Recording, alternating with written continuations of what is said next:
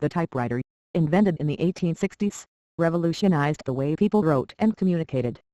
Before the typewriter, writing was done by hand, which was slow and laborious.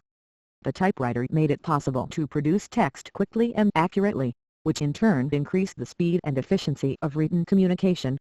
This had significant implications for business, law, journalism, and many other fields where the ability to produce written documents quickly and accurately was crucial. The typewriter has undergone many improvements over the years, such as the introduction of the electric typewriter and later the computer keyboard. However, there are still ways in which the typewriter can be improved. For example, the ergonomics of the keyboard could be improved to reduce the risk of repetitive strain injuries, and the technology could be updated to better integrate with modern computing systems.